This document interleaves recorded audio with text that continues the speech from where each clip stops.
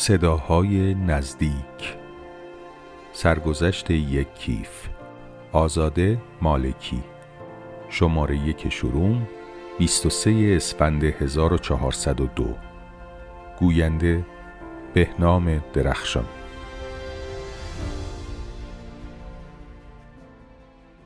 یک کیف چرم قهوه‌ای سنگین که 2 سگک بزرگ درش را به بدن چفت می کرد و با کلید کوچک قفل می شد. 2 حلقه فلزی دسته پت و پهنی را به تاج کیف بست زده بود و بند بلندی 2 طرف کیف را به هم وصل می کرد. کیف را پدرم برایم خریده بود. اولین کیف زندگیم بود. می شد گفت اولین محفظه شخصی که متعلق به خود من بود. پدرم هنگام خرید مرا با خودش نبرده بود. شاید حتی قصد خرید هم نداشته. گذرش به کیف فروشی مدیر افتاده. کیف را توی ویترین دیده، خوشش آمده و برایم خریده. ما همیشه کیف و کفشمان را از فروشگاه مدیر می گرفتیم چون محصولاتش خیلی با وقار و با کیفیت بود و پدرم برای کیفیت و وقار اهمیت زیادی قائل بود و با تمام تنگ دستی بهای زیادی برایش می پرداخت. من نقشی در انتخاب آن کیف، آن اولین محفظه زندگیم نداشتم. یعنی کسی از من نپرسید دلت میخواهد کیفت چه شکل یا چه رنگی داشته باشد. البته یادم نمیآید در آن روزگار جنگ از کیفهای رنگ و وارنگ متداول این روزها اثری بوده باشد. فقط استحکام.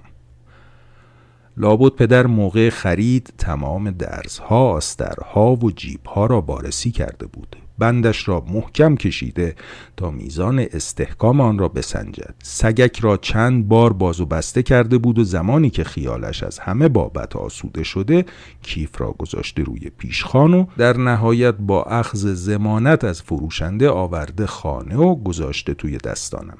کیف قشنگ نبود و در آن سالها قشنگی ملاک قابل توجهی در خانه ما نبود. استحکام و دوام حرف اول را میزد. وسایل باید دوام می آوردند تا به دست بچه های بعد از من برسند و از آنجا که من فرزند اول خانواده بودم این اقبال را داشتم که آغازگر چرخه نامیرای وسایل و لباس ها باشم. آن کیف هرچه بود مناسب یک کودک 6-7 ساله نبود و شاید هم بابا پیش بینی کرده بود که قرار است خودش در آخرین زنجیره چرخه حیات کیف قرار بگیرد و برای همین هم انتخابش یک کیف سنگین رنگین بود. با این همه خوشحال بودم که بالاخره میتوانم حریمی از آن خودم داشته باشم.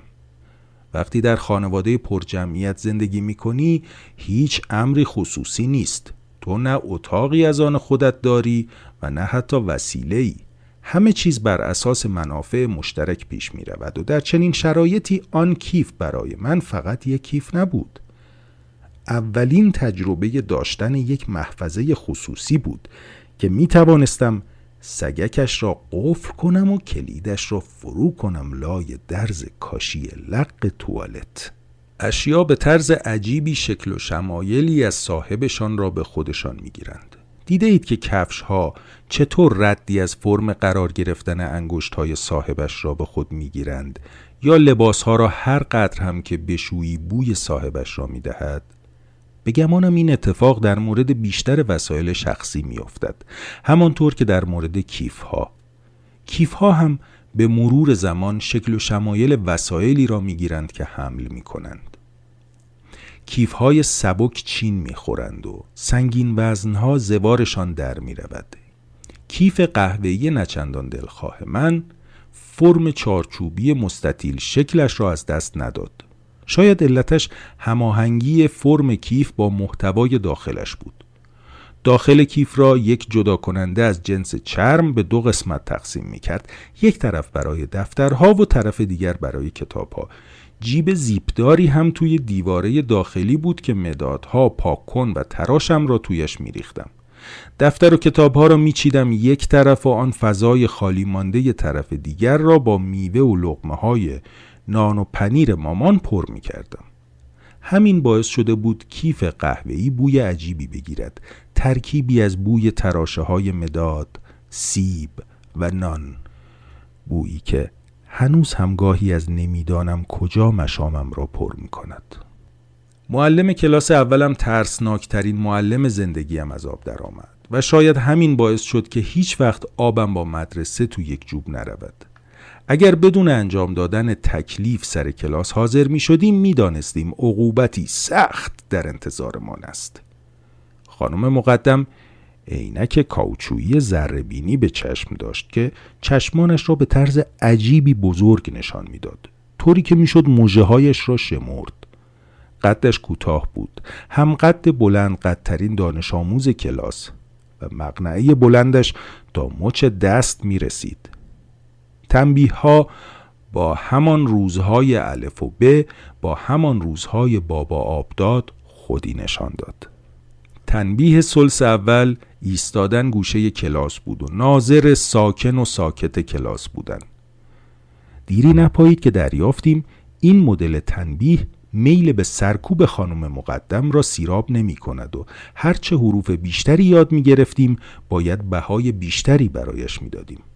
این شد که تنبیه دانش آموزان سرکش و درس نخوان ثلث دوم ارتقا پیدا کرد و شاگرد نگونبخت متنبه یک لنگ پا می ایستاد کنج کلاس کنار سطل زباله و تا آخر زنگ این پا و آن پا می کرد.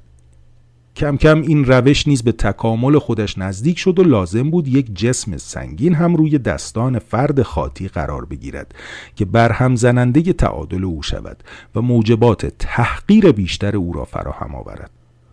آنجا بود که خانم مقدم چشم در کاسه چرخاند و روی نیمکتی که من نشسته بودم میز وسط از ردیف وسط ثابت شد.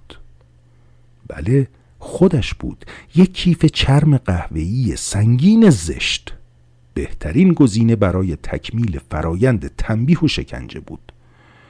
دانش آموز خاطی کنج کلاس علاوه بر این که روی یک لنگ پا می ایستاد باید کف دو دستش را بالا می گرفت تا کیف قهوه‌ای من روی دستانش قرار گیرد و تعادلش را از دست بدهد. آن کیف هیچ وقت روی دستان خودم قرار نگرفت. به طور معمول یک دانش آموز متوسط خجالتی و منزوی از دست برد تنبیه مسئول است. اما از پشت نیمکت به کیفم، به این تنها محفظه شخصیم که حالا داشت در ملأ عام روی دستان لرزان همکلاسیم تاب می‌خورد، چشم می‌دوختم و این خودش بدترین شکنجه بود.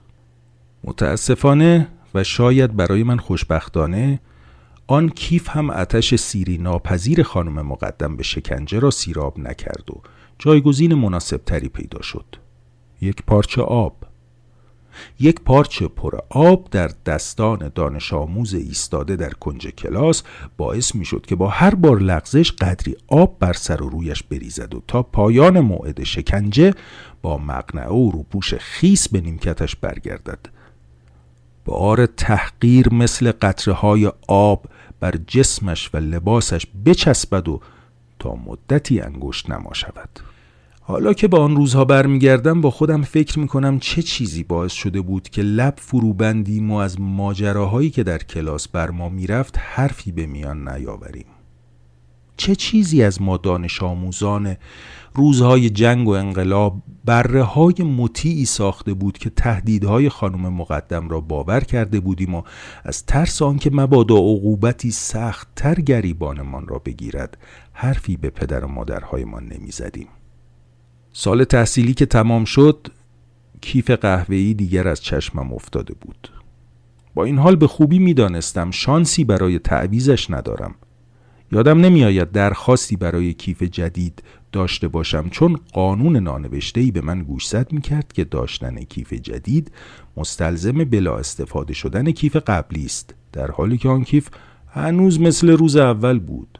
بی هیچ خدشه‌ای محکم و قبراق تکیه میداد به کنجی و با آن دو سگک فلزیش نگاهم می‌کرد.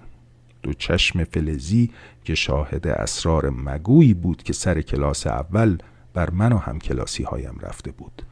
اسراری که سالها بعد فاش شد، وقتی که دیگر عقل رس شده و مطمئن شده بودم خطری در کار نیست. یک روز این راز را به پدر گفتم. پدر سکوت کرد. ابراز تأسف کرد و گفت که همان سال این راز فاش شده و آن زن برای همیشه از مدرسه اخراج شده. اما هر که بوده به شهامتش غبطه خوردم و دلم میخواست من جای او بودم. دلم میخواست این جسارت را داشتم که خیلی زودتر از اینها، درست آن زمانهایی که کیفم روی دست دوستانم سنگینی میکرد، حرف زده بودم. اما من یک دانش آموز متوسط بودم و متوسط ها نه تنبیه می شدند و نه اعتراض بلد بودند. کیف قهوه‌ای همراه 5 سال ابتداییم باقی ماند.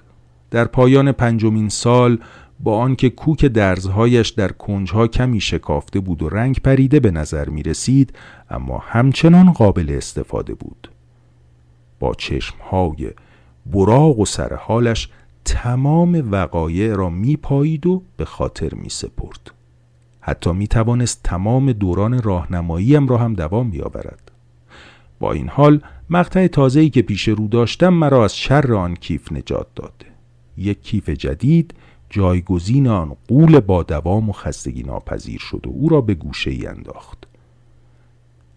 اما اشیا به این سادگی ها از چرخه مصرف خانگی خارج نمی شدند. کیف هنوز کارآمد بود و باید تا جان در بدن داشت به ما خدمت می کرد و این بار وظیفه تازه‌ای بر او محول شد. وظیفه‌ای سنگین‌تر و مهمتر از پیش، نگهداری از اسناد و مدارک مهم خانواده.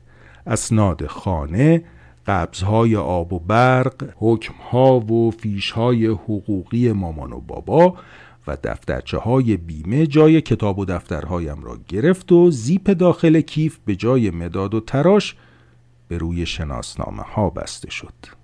کیف سالهای سال وظیفه خطیرش را به انجام رساند و در نهایت روزی که خانه پدری را ترک می‌کردم، شناسنامه‌ام را صحیح و سالم به دستم سپرد و مرا راهی زندگی کرد. سالهای سال از حضورش بیخبر بودم و نفهمیدم چطور از چرخه حیات خانه پدری خارج شده. فقط روزی را به یاد دارم که به دنبال مدرکی به سراغش رفتم. یک کیف سبز برزنتی قبراق به جای آن چرم پیر قهوه‌ای به دیواره کمد تکیه زده بود. کیف سگک نداشت، چشمی برای پاییدن نداشت. زیپی تاجش را پیموده بود و کلمه انگلیسی رویش دوخته شده بود. کیفی که پیش از آن در دستان خواهر کوچکترم بود.